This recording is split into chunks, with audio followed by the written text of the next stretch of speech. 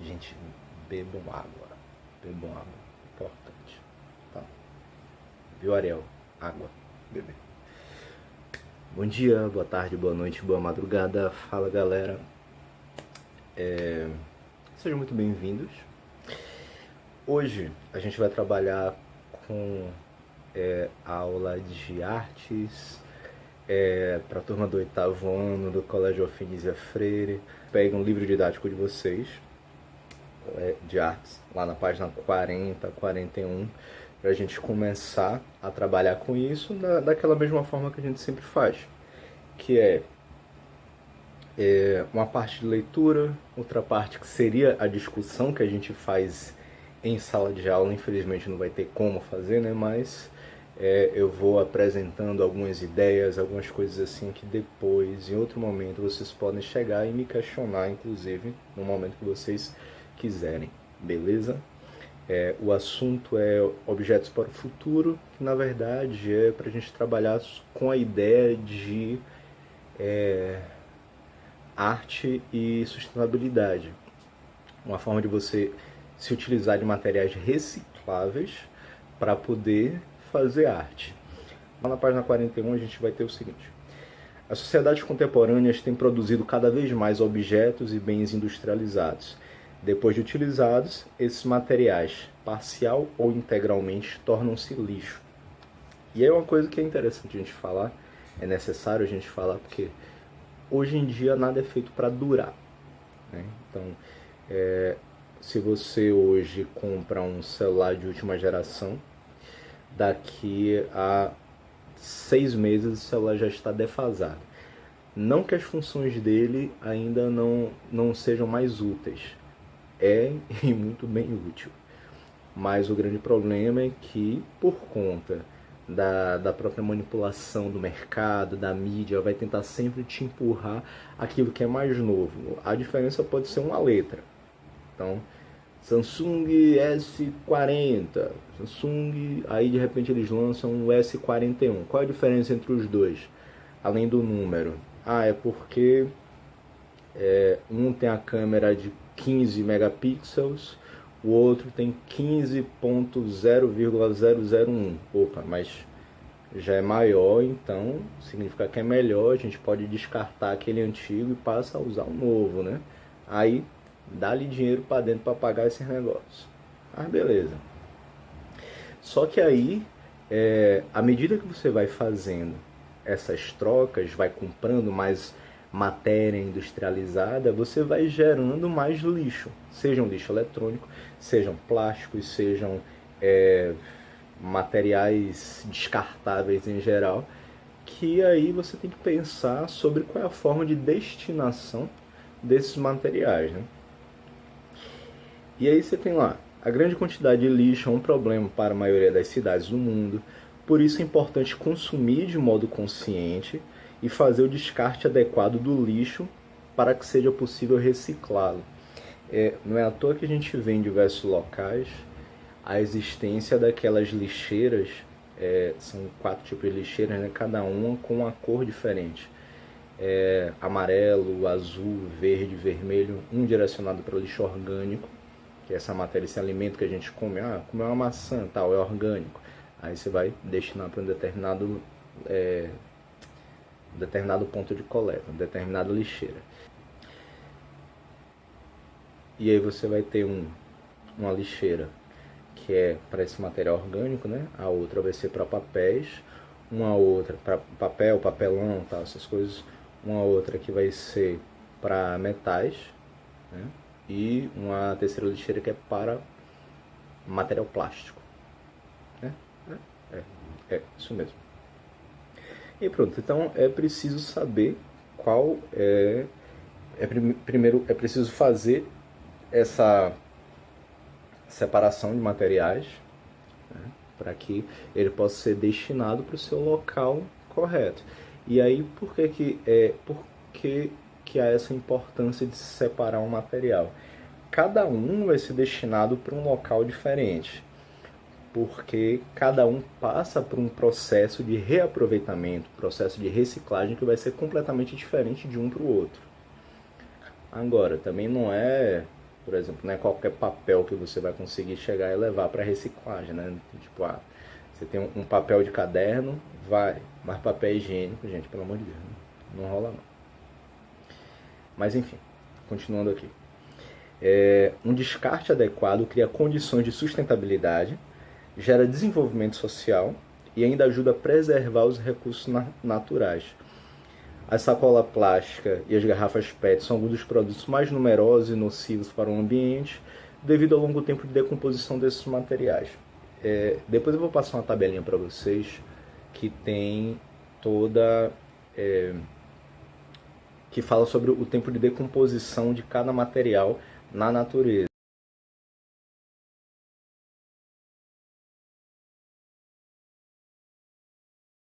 E aí para vocês verem qual a importância de se descartar. Primeiro, de tentar se evitar o excesso de consumo desses materiais, e depois, não havendo a possibilidade de você não utilizá-los, você pelo menos saber, minha voz chega a falhar, você pelo menos saber o local correto para poder fazer esse descarte, né? Para que não seja jogado nos lixões, para que não seja destinado à natureza, né? E acabe poluindo lençóis freáticos, entupindo bueiros, que aí quando chove depois alaga tudo. O povo fala, a culpa é do governo. Não, a culpa acaba sendo um pouco nossa também por conta desse descarte irregular, que muitas vezes acabam indo para essas galerias de esgoto, né? Então, temos um pouquinho de culpa nisso daí também. Mas enfim, esse gerar desenvolvimento social é interessante porque também a gente sabe que vivemos dentro de uma sociedade que nem todo mundo tem as mesmas oportunidades. E aí a gente tem diversos coletivos de catadores de recicláveis, não são simplesmente catadores de lixo, importante dizer isso. Até mesmo porque existe uma estigmatização sobre esse nome, né? Porque é catador de lixo. Não, o cara não está catando lixo, simplesmente. Ele está buscando aqueles materiais que são recicláveis, justamente para poder acumular e vender. É uma forma deles obterem um lucro dele, e muitas vezes esse papel que eles possuem de catadores de recicláveis, de material reciclável, acaba sendo muito mais importante. Inclusive, eles fazem muito mais para o meio ambiente do que muito ministro do meio ambiente, né? Querendo desmatar a pobre coitada na Mata Atlântica e matar os índiozinhos. Mas enfim. E aí esses catadores de material reciclável, eles vão fazer essa primeira separação. Às vezes, quando a gente não faz dentro de casa, eles são os primeiros a fazerem essa separação para que possa ser esse material ser retirado das ruas, para que não suje, para que não caia nos bueiros, para que não entupa essas galerias de esgoto e aí retorne em forma de alagamento para a gente. E eles retirando esse material da rua e dando a destinação correta, já faz com que boa parte desse lixo saia de circulação, né? Vamos lá, continuando. Aí a gente tem lá na página 42 o seguinte: reciclar, reutilizar e reduzir o consumo. As próximas páginas vão conhecer artistas e designers que reaproveitaram objetos descartados e recuperaram máquinas antigas na produção de suas obras, a fim de divulgar a ideia de redução do consumo e de provocar reflexão sobre a questão do lixo. É interessante porque a gente trabalha com a arte que é crítica.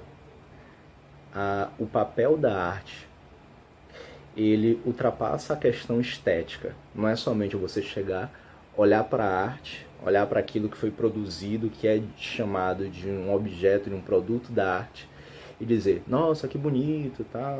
O quadro da Mona Lisa, nossa, que lindo, uhul. Não, e aí tirar selfie, né, com a Mona Lisa ali atrás. Não, calma, peraí. Muito mais do que esse papel estético, a arte, ela serve para chocar, para gerar uma crítica, fazendo com que a pessoa que olhe para aquele objeto perceba que existe muito mais do que um objeto ali, que aquilo é muito mais do que uma simples atração estética para que as pessoas olhem e simplesmente achem bonito, achem feio, achem ou deixem de achar qualquer coisa. A grande ideia desse papel da arte, principalmente para quem trabalha com esse material reciclável, é gerar aquela pulga atrás da orelha do pessoal, né? Dizer, pô, olha só, a gente, eles estão se aproveitando daquilo que é considerado como lixo para muita gente, que é aquele material que é descartado, muitas vezes, que a gente não vê nenhum tipo de utilidade mais, mas esses artistas, eles vão pegar esse material e vão trazer uma nova denominação para eles, uma nova roupagem, né? Uma nova utilidade para esses materiais. E aí o que é que a gente tem aqui? Essa obra chamada Cabeça de Touro de Pablo Picasso, que é bem interessante. Por quê? Em 1942, durante a Segunda Guerra Mundial, o artista espanhol Pablo Picasso vivia em Paris, France. Naquele momento em que a cidade estava ocupada pelas forças alemãs e havia escassez de materiais de todo tipo, o artista passou a desenvolver um trabalho de montagem usando objetos descartados. É interessante a gente falar também que, assim, durante tanto a Primeira quanto a Segunda Guerra Mundial, muitos dos materiais que eram utilizados, por exemplo, para produzir carros ou equipamentos industriais em geral, maquinários e tal, esses materiais eles foram retirados dessas indústrias e foram repassados para a indústria bélica. O que é a indústria bélica? É a indústria da guerra, simplesmente. Então, nessa época se deixou de produzir muitos carros, se deixou de produzir muitas máquinas que eram para as indústrias. Não somente isso, mas até outros tipos de materiais, o plástico, o tecido também. Tudo aquilo se pegava uma boa parte dessa matéria-prima e se destinava para a indústria bélica, para a indústria da guerra, né? Seja para fabricar moto, fabricar carro, fabricar armas, munições, também para o fardamento dos militares, porque tinha várias fardas lá. E aí então eles separaram boa parte desses materiais para levar para a indústria bélica. Mas aquilo que sobrava, em geral ainda dentro da sociedade, dentro desses locais fora da guerra, eles eram aproveitados de certa forma, né? E aí é o que o Pablo Picasso faz. Ele... naquele momento que a cidade estava ocupada pelas forças alemãs e havia escassez de bens materiais de todo tipo, o artista passou a desenvolver um trabalho de montagem usando esses objetos descartados. Essa técnica recebe o nome de assemblagem. Assemblagem, então, vai ser o aproveitamento desses materiais descartados, e que se monta um novo objeto, dando um novo significado, se ressignificando esses materiais para poder construir uma obra. E aí o que ele fez foi, ele olhou para algumas peças de uma bicicleta quebrada e construiu uma escultura cujo tema sempre esteve presente em suas obras, o touro. Espanhol, touradas, tá? Pablo Picasso, touro. Ó. É interessante depois vocês olharem a imagem da Guernica, ou Guernica,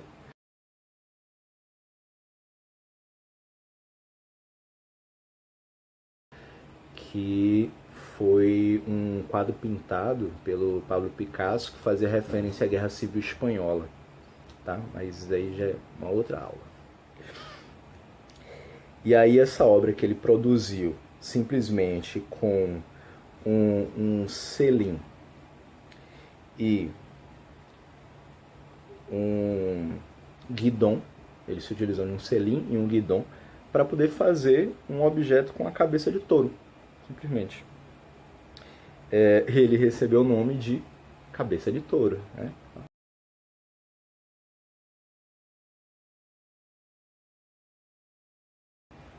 Na página seguinte, a gente vai ter aí vários objetos que são fifós, lampiões também, né?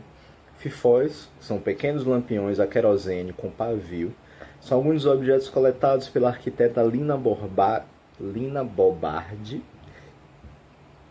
em sua passagem pela Bahia entre o final da década de 50 e início da década de 60, na coleção Lina Bobardi. São pequenos lampiões feitos com diversos materiais descartados, como latas de origens variadas e barbantes. Eram usados na década de 50 para iluminar as casas na zona rural do estado da Bahia. É bem interessante você ver, talvez no interior ainda consiga encontrar muito disso, ou na casa daquela galera mais das antigas, né, na cozinha principalmente, vai acabar encontrando alguns materiais, alguns objetos que são feitos a partir de latas vazias, né? Latas vazias, caixas de madeira ou material de carro. Então, sei lá, sempre vai acabar encontrando um objeto ou outro que é feito a partir do reaproveitamento de um objeto que não tem nada a ver com isso.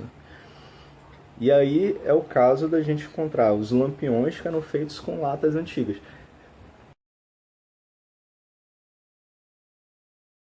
Quem é que nunca viu nas ruas, assim, você vai comprar aquele amendoinzinho e tal, e aí o pessoal tá com uma lata de soja daquelas antigas, para poder pegar a quantidade, já tem a quantidade certinha ali para pegar um amendoim e jogar dentro de saquinho para vender pra galera. Pronto, ó. Isso aí é uma forma de reaproveitar algo que já teve uma outra utilidade. É uma forma de dar um ressignificado para aquilo.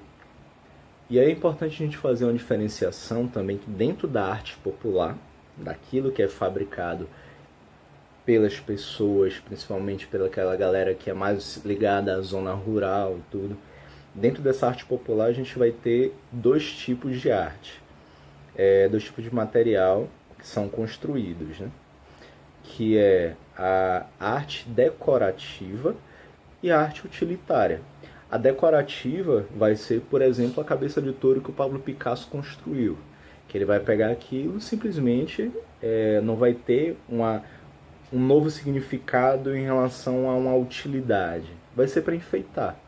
Então você vai chegar, vai pendurar na parede de casa assim, como uma forma de decoração. Por isso que é uma arte decorativa. Enquanto que aqueles objetos que se tornam utilitários, é o caso do copo da lata de soja, por exemplo, você pega um amendoim, ou esses fifós, esses lampiões, que aí você se aproveita da lata antiga, faz uma mistura ou outra ali com outros materiais para poder construir esse lampião, ou então você faz uma construção de outro objeto, uma caneca. O pessoal vende muito na rua isso, né? Aquelas canecas feitas através das latas de alumínio, de cerveja, de refrigerante, disso. Aquilo é uma forma de arte, uma expressão artística, se utilizando de material reciclável, e é uma arte utilitária, são objetos que se tornam utilitários, né? Então a Lina Bobardi, quando ela vai para o interior da Bahia, ela colhe muitos desses objetos para poder colocar como uma forma de expressão artística dessa população rural. Uma forma de mostrar que existe arte dentro da casa dessas pessoas mais simples também, né? É o que a gente chama de uma valorização do design popular. Pronto. E aí esses objetos fazem parte da coleção da arquiteta Lina Bobardi, que concebeu o Museu de Arte Popular da Bahia, inaugurado no início da década de 60, com uma grande mostra colocava em evidência a qualidade do artesanato e da arte popular feitos na região nordeste do Brasil, né? E aí você tem a definição de artesanato, de arte popular e tal, mas é aquilo que a gente já vem discutindo há um tempo.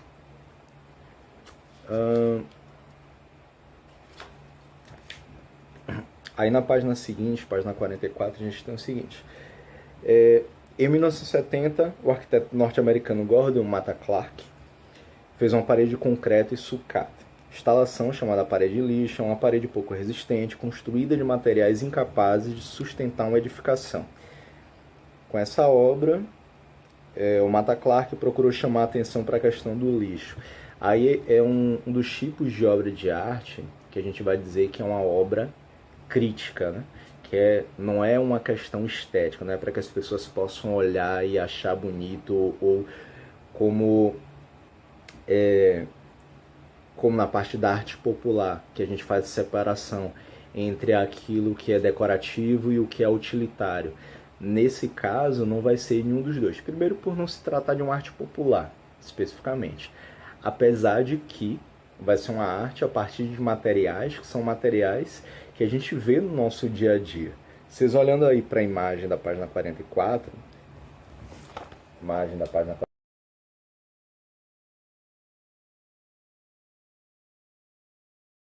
44, aqui. Vocês olhando para essa imagem, vai ver que vai ter diversos objetos, diversos materiais que muitas vezes a gente olha para dentro de nossas casas e vê num cantinho lá cheio de poeira, né? Ou então na despensa, na garagem, ou se a gente for passando pela cidade, ver um acúmulo de lixo em um determinado local, vai ver muitos desses materiais que estão aqui. É uma roda de uma bicicleta, é um telefone das antigas, fixo, né? Quebrado, uma máquina de escrever, um teclado de computador, da CPU, aquele computador grande, computador de mesa, né? Roda de carrinho de bebê, roda de carrinho de supermercado e assim por diante. Vários objetos que aí o que o Matta Clark vai fazer? Vai pegar todos esses objetos que foram descartados em algum local e vai construir um muro, uma parede enorme. E aí então a gente vai ver essa obra feita pelo Matta Clark, que ele vai ter, segundo aqui a imagem, as dimensões estão erradas. Botou aqui 35 centímetros por 23, provavelmente deve ser 3,5 de largura por 2,33 metros de altura, né? Pelo tamanho dos materiais assim. Deve ser isso. Mas enfim, aí é uma forma de chamar a atenção para essa questão do lixo, desse acúmulo de lixo nas grandes capitais, principalmente. Todo esse material que foi jogado muitas vezes no meio da rua, né? E aí em 2006 a obra foi apresentada na 27ª Bienal Internacional de Arte de São Paulo. O projeto de montagem foi orientado pela viúva da artista Jane Crawford. Esse material, essa obra, Parede de Lixo, fabricada pelo Matta Clark, ele está exposta. Essa obra foi exposta já em diversos locais do mundo, né? Diversas galerias de arte. Então, sempre com essa forma de você chamar a atenção para esse descarte irregular de lixo nas grandes cidades, né? Então, você vai pegar esse material que é descartado naquele local mesmo, naquela localidade, e vai se construir uma parede a partir desses objetos que são objetos de consumo nosso. Então é como se o pessoal fosse aqui em Aracaju, estivesse andando pelas ruas e indo coletando o material que vai encontrando num lugar ou outro, num canto ou outro, e construir uma grande parede misturando concreto, a massa, né, do concreto lá de cimento, e colocando por cima, misturando esse concreto, esse cimento e esses materiais para poder construir uma grande parede. Imagine a gente fazer isso na escola, que massa, né? Assim, na porta da escola, ninguém mais entra. Brincadeira, viu, gente? Ó, Luciano, foi mal. E pronto, passando para a página seguinte. Design inglês Stuart Haggard coleta objetos descartados em um trecho específico do litoral da Inglaterra. Esses objetos são limpos, classificados e reunidos para a produção de suas peças. O lustre Tide, que significa maré, foi feito com diversos tipos de plástico, claros e translúcidos. Os objetos que o compõem têm formatos diferentes, mas são organizados para criar uma grande esfera. O Stuart Haggard tem esse trabalho que é bem interessante. Tem um site dele, inclusive, com esse próprio nome, que eu vou deixar disponível aí também para vocês darem uma olhada. É bem interessante porque ele faz, antes de tudo, ele faz uma montagem com os materiais separados por cores. Então, ele vai andando pelo litoral lá da cidade dele na Inglaterra e ele vai coletando aqueles objetos, né? No litoral e tal. Pronto, chega em casa, vai lavar direitinho, bonitinho e tal, e vai separando. Depois ele tira uma foto, organizando aqueles materiais de uma forma que eles são organizados sempre por cores. Então, vários objetos da cor azul, vários objetos da cor laranja, vários objetos da cor vermelha, assim por diante. E aí depois ele vai construir um lustre ou vai construir algum outro objeto com a união de todos esses materiais. Um desses materiais, um desses objetos que ele constrói, que eu vou colocar a imagem em algum lugar, pra cá, em algum lugar. Vai ter essa imagem. É um grande globo, sabe aquele globo de discoteca? Pronto, é um grande globo, esse globo de discoteca com espelhos retrovisores quebrados. Tudo que ele encontrou no litoral, todo o material que ele se utiliza para construir suas obras de arte são aqueles materiais que são jogados no litoral, jogados nas praias. Então, pare para pensar o seguinte: você está lá andando na orla de Aracaju, andando na praia, lá esperando tomar um banhozinho de mar, pular, fazer seu splash, pá, e aí de repente você se bate com um óculos de sol quebrado, um sombreiro quebrado, uma cadeira, uma pá dessas de brinquedo, um baldezinho e tal. E aí vai pegando todo esse material, vai retirando todo esse material de lá. Muitos desses materiais são esquecidos simplesmente, outros a pessoa deixa ali na areia e aí a maré subiu, acabou levando, eles perderam, tal. Outros é porque o pessoal é sacana mesmo, vai simplesmente chegar e jogar e aí joga lá pra simplesmente sujar a praia, né? E aí o que o Haggard faz é pegar esses materiais. E é muito interessante você chegar o nível que chega a consciência, ou a falta de consciência das pessoas. Você vai pegar espelhos e retrovisores quebrados, vidro quebrado, o pessoal chegar a pisar, feriu o pé, arrancou o pé, morreu. O cara simplesmente vai pegar, vai retirar essas coisas do litoral, da praia, para poder montar esse globo, né, de discoteca. Então, para vocês verem como é essa ideia da ressignificação desses materiais, né? Mas que são materiais que poderiam muito bem não estarem nesses locais, não deveriam ser descartados nesses locais. Passando para a página seguinte, na página 46, a gente vai ter um trabalho de um fotógrafo chamado Chris Jordan, que no atol de Midway, no norte do Oceano Pacífico, onde encontrou milhares de albatrozes mortos. Essa imagem da página 46.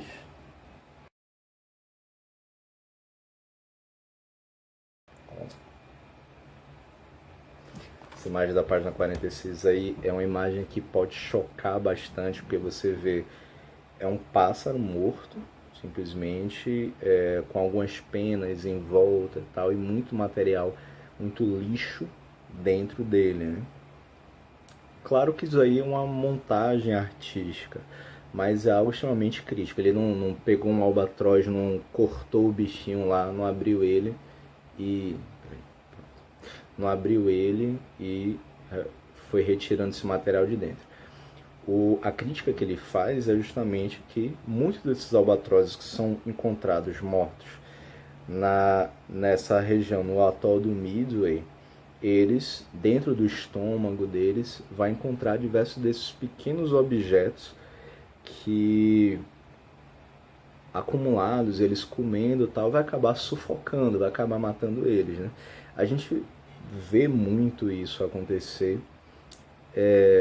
A gente sempre ouve histórias que acabam falando sobre isso, né? Do o peixe ou algum pássaro vê aquilo brilhando na água, vê aquilo brilhando na terra, eles simplesmente vão chegar, abocanham.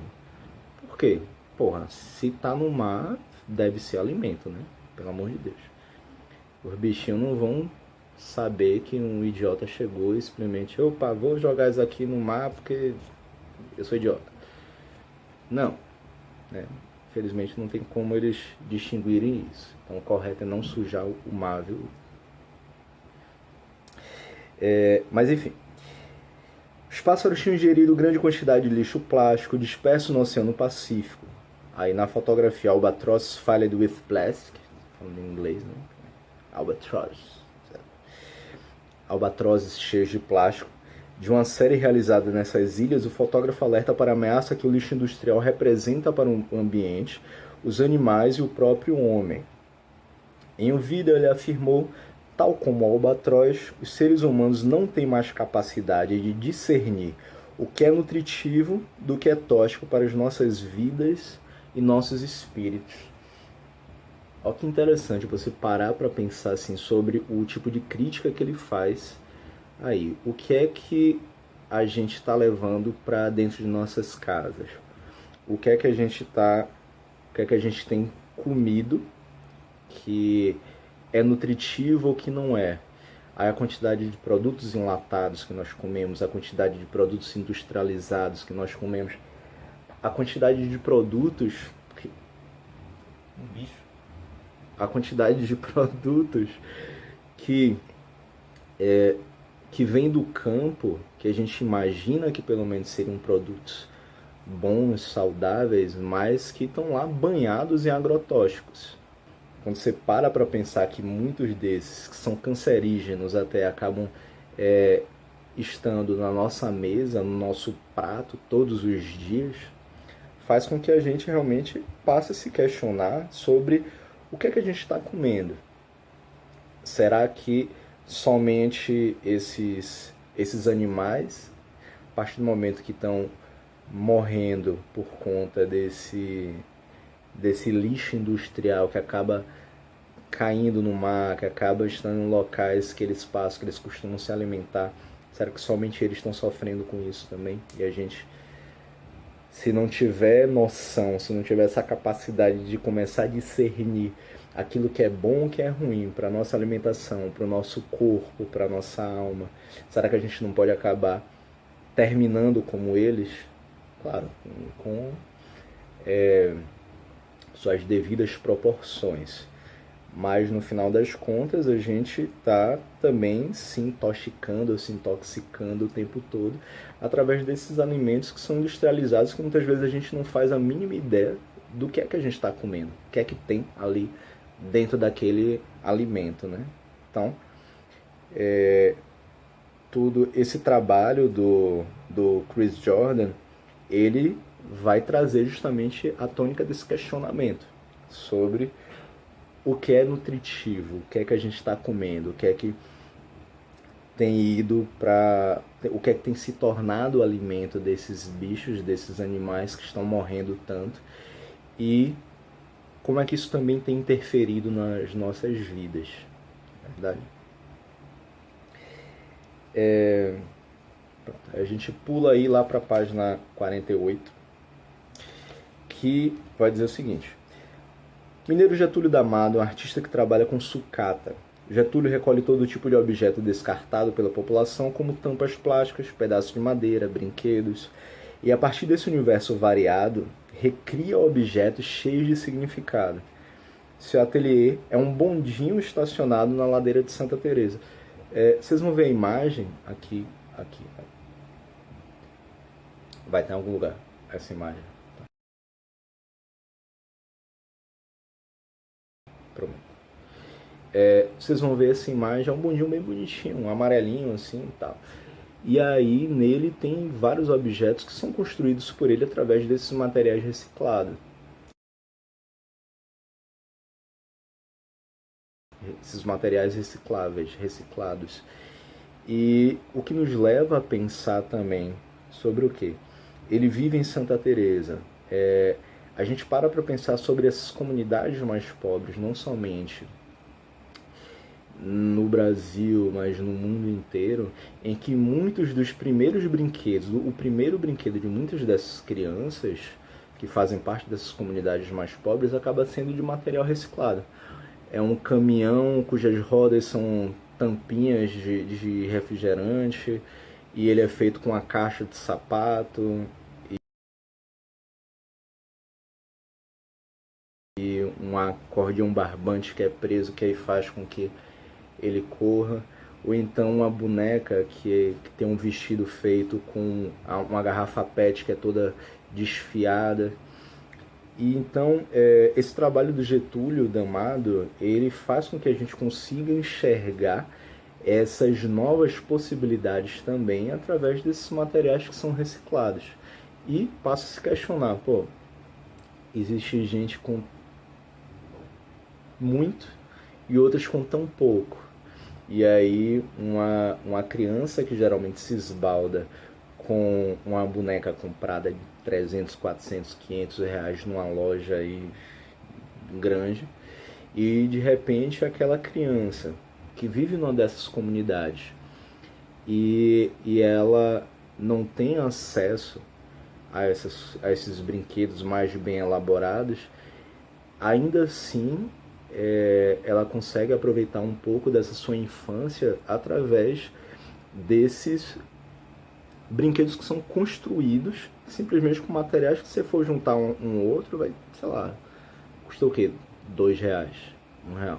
Material que é encontrado na rua, material que é encontrado no lixo de nossa casa. De repente esse material ele é capaz de se transformar num brinquedo que pode simplesmente mudar a infância de uma criança que nunca teve algo daquele jeito, e de repente você tem a possibilidade de construir isso para ela. O Getúlio Damado ele fez isso. Claro que os objetos artísticos que ele trabalhou são muito mais para uma exposição do que para distribuir para as pessoas, mas é uma forma da gente poder fazer esse tipo de questionamento sobre as novas utilidades, novas utilizações para esses materiais, né?